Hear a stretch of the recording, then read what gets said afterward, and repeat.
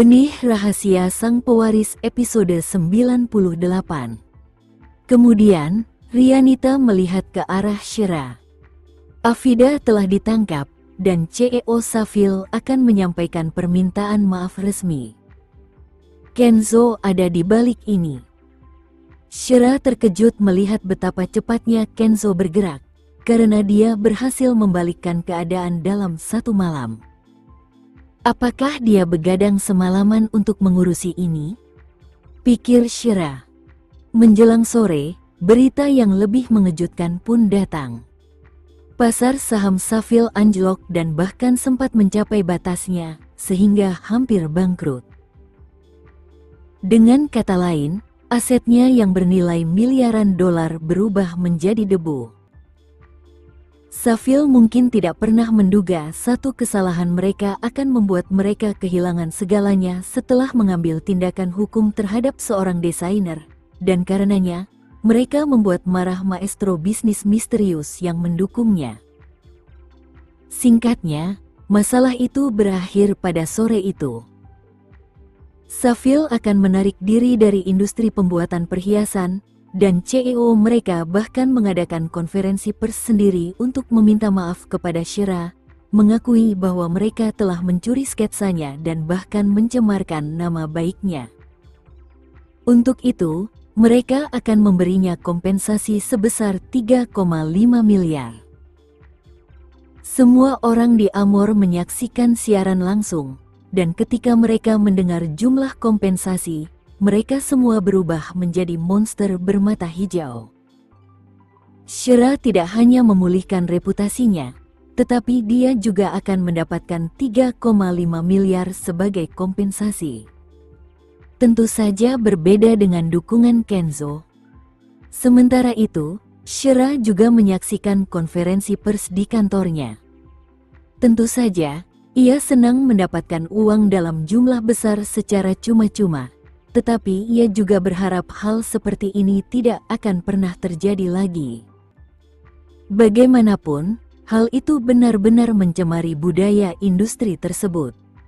Ketika Shira pergi ke dapur beberapa waktu kemudian, semua orang memujinya kemanapun dia pergi. Selamat, Shira. Kita semua tahu kamu tidak bersalah. Ya. Mengapa Shira perlu mencuri karya mereka ketika dia begitu berbakat? Afida hanya iri padamu. Shira hanya menertawakannya. Afida memang pantas mendapatkannya, dan Safil sendiri yang akan mengakhiri hidup mereka. Meskipun tindakan Kenzo membuat mereka bangkrut, mereka tidak pantas dikasihani. Ketika dia kembali ke kantornya, teleponnya berdering. Halo, mari kita rayakan malam ini. Suara Kenzo terdengar dari ujung telepon. Tentu, aku yang traktir. Shira harus mengucapkan terima kasih yang sepantasnya. Meskipun ia akan meninggalkan industri pembuatan perhiasan dan kembali untuk membantu bisnis ayahnya, dirinya tetap mempertahankan reputasinya. Hal ini akan membuatnya tetap bertahan jika ia kembali ke industri ini. Vano bilang dia akan mengasuh Leon. Kita akan berdua saja malam ini, kata Kenzo. Baiklah, aku akan membuat reservasi. Shira pun tidak keberatan. Aku ingin mengucapkan terima kasih khusus malam ini, ingat pria itu. Namun, Shira tidak begitu memahaminya. Ucapan terima kasih khusus macam apa? Kita lihat saja di restoran. Kenzo bersikap misterius. Melihat sudah pukul 4.30 sore, Shira mengakhiri panggilan dan memilih restoran. Berkat Kenzo, dia mendapat 3,5 miliar. Dia masih akan mendapat sekitar 3 miliar setelah pajak, dan sudah sepantasnya mereka makan malam mewah malam itu. Sementara itu, sebuah pesawat lepas landas dari Seoul. Nindya tersenyum sambil menatap langit malam, duduk di kelas utama. Ia akhirnya bisa pulang. Matanya masih sedikit bengkak di balik kacamata hitamnya, tetapi wajahnya tidak lagi bengkak, dan dengan riasan, dia kini cantik. Sekarang, rata-rata, bukan lagi bagian dari dirinya, dia akan menjadi gadis impian setiap pria. Betapa ia berharap bisa berada di hadapan Kenzo sekarang. Ia akan memikat Kenzo dengan dirinya yang baru. Kembali ke rumah, Shira memesan ruang pribadi pukul 18.30 di sebuah restoran mewah untuk mentraktir Kenzo makan malam. Saat dia memesan, yang bisa dilakukan Kenzo hanyalah menatapnya, karena Shira tampak sangat cantik dan dalam suasana hati yang sangat baik malam itu. Terima kasih sudah membelaku. Itulah yang seharusnya kulakukan. Siapapun yang berani menyakitimu harus membayarnya. Kenzo tidak akan bersikap belas kasihan. Kali ini, Afida akan dituntut atas pencurian, penjualan rahasia dagang, serta kejahatan lainnya, yang menjatuhkan hukuman penjara setidaknya 5 tahun. Di sisi lain, Safil harus memberi kompensasi kepada Amor hingga 200 miliar atas pelanggaran selain memberi kompensasi kepada Shira atas kerugiannya. Tim pengacara Kenzo tidak kalah hebat dan mereka dapat dengan mudah meminta pihak lawan membayar setiap aset mereka. Bisakah kamu menghadiri lelang amal sebagai temanku besok malam? Tanya Kenzo tiba-tiba. Tentu saja, Shira setuju tanpa ragu.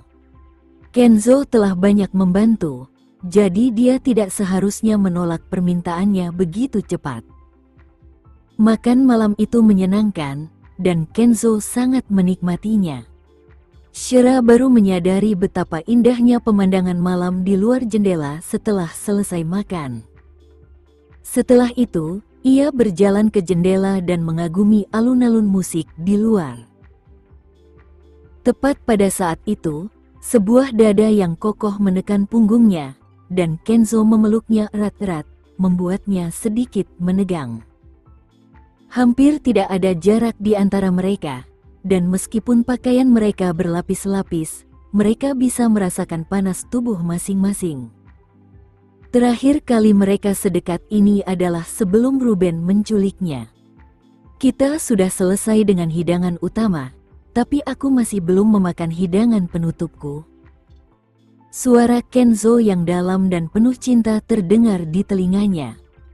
Shira pun menyarankan, apakah kamu ingin aku memesankannya untukmu? Kenzo tersenyum mendengarnya. Kamu tahu betul bahwa kamu adalah hidangan penutupku. Tidak mungkin dia akan menjadi makanan penutupnya. Lagi pula, Kenzo memeluknya terlalu erat, dan dia tidak akan bisa melarikan diri. Sementara itu, aroma tubuh Shira memabukkan baginya, membuatnya mengecup leher wanita itu seolah-olah sedang benar-benar menikmati hidangan penutup. Hentikan, Shira memperingatkan. Ini adalah restoran, demi Tuhan. Namun, Kenzo tahu bahwa para pelayan di sini terlatih dengan baik. Mereka tidak akan datang tanpa alasan. Saat itu, Kenzo membalikkan tubuhnya, memaksanya untuk menghadapnya. Namun, Shira melihat kemana-mana kecuali ke matanya, karena ada binatang buas pemakan manusia yang aktif di dalamnya. Di sisi lain, Kenzo menatapnya, tatapannya yang tak terduga beralih dari matanya ke hidungnya, dan akhirnya mendarat di bibirnya. Bibirnya yang lembut dan merah memanggilnya, dan seketika, tatapannya berubah tak terduga dan berbahaya. Sebelum Shira menyadarinya, Kenzo sudah menekannya ke jendela dan menciumnya. Namun, Shira memegang pinggang Kenzo sambil menggigil. Ya ampun, dirinya takut pada ketinggian. Shira tidak dapat menahan rasa takutnya ketika dia menempelkan punggungnya ke jendela. Namun, kegugupannya memicu nafsu makannya. Ciuman posesifnya menggelitik indranya, dan itu membuatnya kewalahan. Shira mencubit pinggangnya ketika dia akhirnya tidak tahan lagi, karena dia hampir menyerah. Kenzo hanya bisa melepaskannya saat itu. "Aku takut ketinggian," kata Shira malu-malu sebelum meraih tasnya. "Aku akan membayar tagihannya." Setelah keluar dari restoran, Shira berkata dengan penuh pengertian, "Aku masih harus membeli sesuatu." "Kenapa kamu tidak pulang dulu?"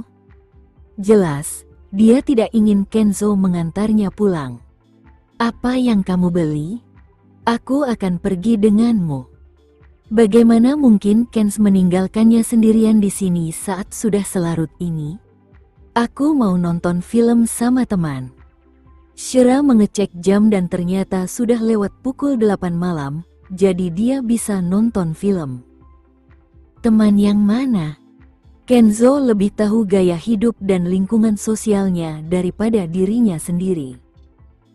Mengetahui bahwa rencananya tidak berhasil, Shira memegang dahinya dan mengakui, "Baiklah, aku tidak akan bertemu teman, aku juga tidak akan membeli apapun. Aku hanya tidak ingin kamu mengantarku pulang." "Mengerti?" Kenzo menyeringai menanggapi. "Apakah kamu benar-benar takut padaku?" Tiba-tiba, Shira ingin menonton film. Karena harus mengurus Leon, sudah lama sekali ia tidak pergi ke bioskop. Setelah itu, ia menoleh ke Kenzo. "Kau mau menonton film?" "Tentu saja." Dia sangat senang melakukan apapun dengannya.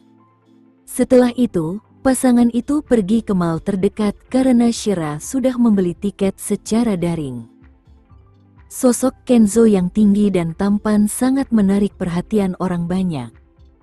Sebagian mengira dia seorang selebriti, sementara yang lain mengira dia seorang model. Dia akan membuat orang kagum pada pandangan pertama dan terpesona pada pandangan kedua. Karena keluarga Wiharja telah melindungi Kenzo dari mata publik sejak dia masih kecil, wajar jika orang kebanyakan tidak mengetahui siapa dia. Saat tiba saatnya memasuki bioskop, Shira menyerahkan minuman kepada Kenzo sebelum mereka duduk dan menikmati film laris. Di tengah kegelapan, Kenzo memegang tangan wanita itu dan menjalinkan jemari mereka, dan setiap kali film beralih ke adegan dewasa, Kenzo bahkan akan menatapnya dengan pandangan berseri-seri dan menawan, sebab ia bermimpi memerankan kembali adegan seperti itu bersamanya. Wajah Shira memerah di tengah kegelapan, malu. Seseorang tidak hanya bermain-main dengan tangannya, tetapi dia juga mengusap telapak tangannya dengan penuh cinta. Wajahnya merah padam sepanjang film, dan dia tidak tahu apa yang baru saja ditontonnya. Yang diingatnya hanyalah setiap gerakan Kenzo. Mengapa dirinya menyarankan menonton film? Saat mereka meninggalkan bioskop, waktu sudah menunjukkan pukul 11.30 malam. Kenzo memeluknya saat mereka berjalan menuju mobilnya yang diparkir di tempat parkir luar. Tubuhnya yang tinggi bagaikan jaket yang melindunginya dari angin musim dingin. Setelah memasuki mobil, Kenzo berkata dengan puas kepada Shira, "Ayo pulang." "Tentu." Shira mengangguk sebelum mengeluarkan ponselnya untuk memeriksa pesan apapun. Kemudian, dia membolak-balik halaman yang sedang tren dan menemukan berita tentang Safil yang menyatakan bangkrut di mana-mana. Sayangnya, merek lokal itu lenyap begitu saja. Dengan itu, dia melihat ke arah pria yang mengemudi. Lampu ambien biru tua di dalam mobil menonjolkan kewibawaan dan keduniawiannya. Jari-jarinya yang ramping mengendalikan kemudi dengan elegan, seperti bagaimana dia mengendalikan dunia komersial dengan mudah. "Apakah aku menarik untuk dilihat?" Kenzo tersenyum sambil melihat ke depan, seakan-akan dia tahu bahwa wanita itu sedang menatapnya. "Ya." Shira mengakui. "Maukah kamu memilikiku? Aku sangat mudah didapatkan. Kamu hanya perlu mengulurkan tangan, dan aku akan menjadi milikmu, candanya. Aku tidak mau, jawabnya malu-malu. Baiklah, bolehkah aku memilikimu? Kenzo mengulangi kalimatnya. Tidak. Cuaca hari ini dingin sekali. Aku bisa membantu menghangatkan tempat tidurmu. Shira terkekeh sambil melihat keluar jendela, geli. Terima kasih, tapi tidak usah. Pemanas ruanganku berfungsi dengan baik. Kamu harus membayar pemanas, sedangkan aku gratis. Kenzo mencoba menjual dirinya. Shira menoleh padanya sambil tertawa kecil. Aku masih sanggup membayar pemanas. Mendengar itu, Kenzo tersenyum pasrah. Baiklah kalau begitu. Ketika ia berhenti di depan apartemen Shira, Kenzo hanya bisa melihatnya keluar dan pulang. Sayangnya, itu akan menjadi malam yang sepi lagi. Tepat saat itu, teleponnya berdering. Ia memeriksa ID penelepon dan mendapati bahwa itu adalah Nindya, seseorang yang sudah tidak pernah dihubunginya selama sekitar 1 bulan. Kenzo benar-benar sudah melupakannya. Halo, Kenzo, ini aku. Aku kembali. Aku sangat merindukanmu. Senang mendengar kau kembali dengan selamat, jawab Ken singkat. Apakah kamu ada waktu untuk makan besok? Aku ada urusan besok. Bagaimana dengan hari berikutnya? Aku harus bekerja lembur akhir pekan ini. Baiklah, bolehkah aku mengunjungimu minggu depan? Tentu, kita bicara lain waktu saja.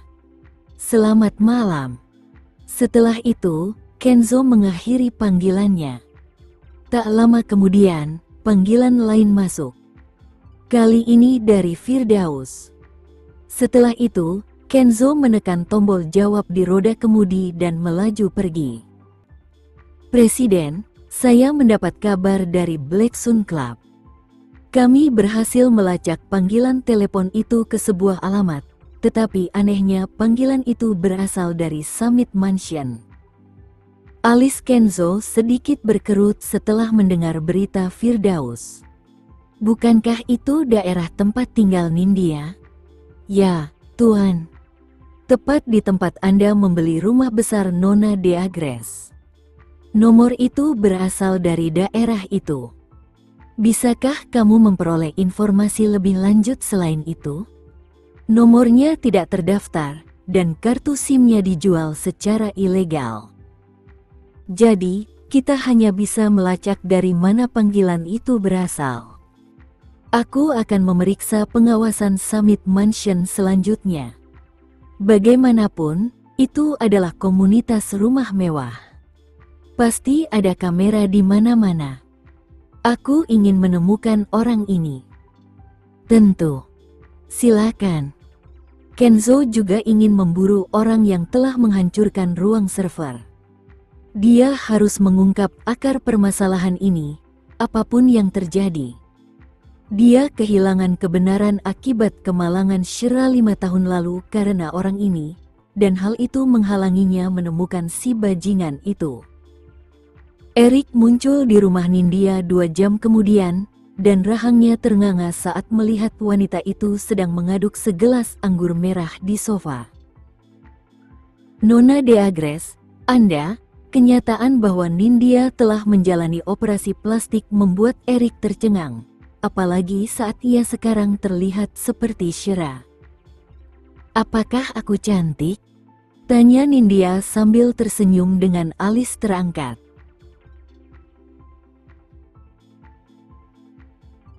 Sekian dulu ya video kali ini, kita lanjutkan lagi videonya di lain waktu. Oh iya, bagaimana menurut kalian? Semoga bisa sedikit menghibur kalian semua. Untuk teman-teman yang baru nonton, jangan lupa subscribe ya, hehehe. Dan kalau teman-teman ada yang ingin gabung langganan, bisa langsung gabung saja untuk dapat fitur yang menarik dan sedikit membantu Mimin. Terima kasih banyak sudah menonton, sampai jumpa lagi, bye.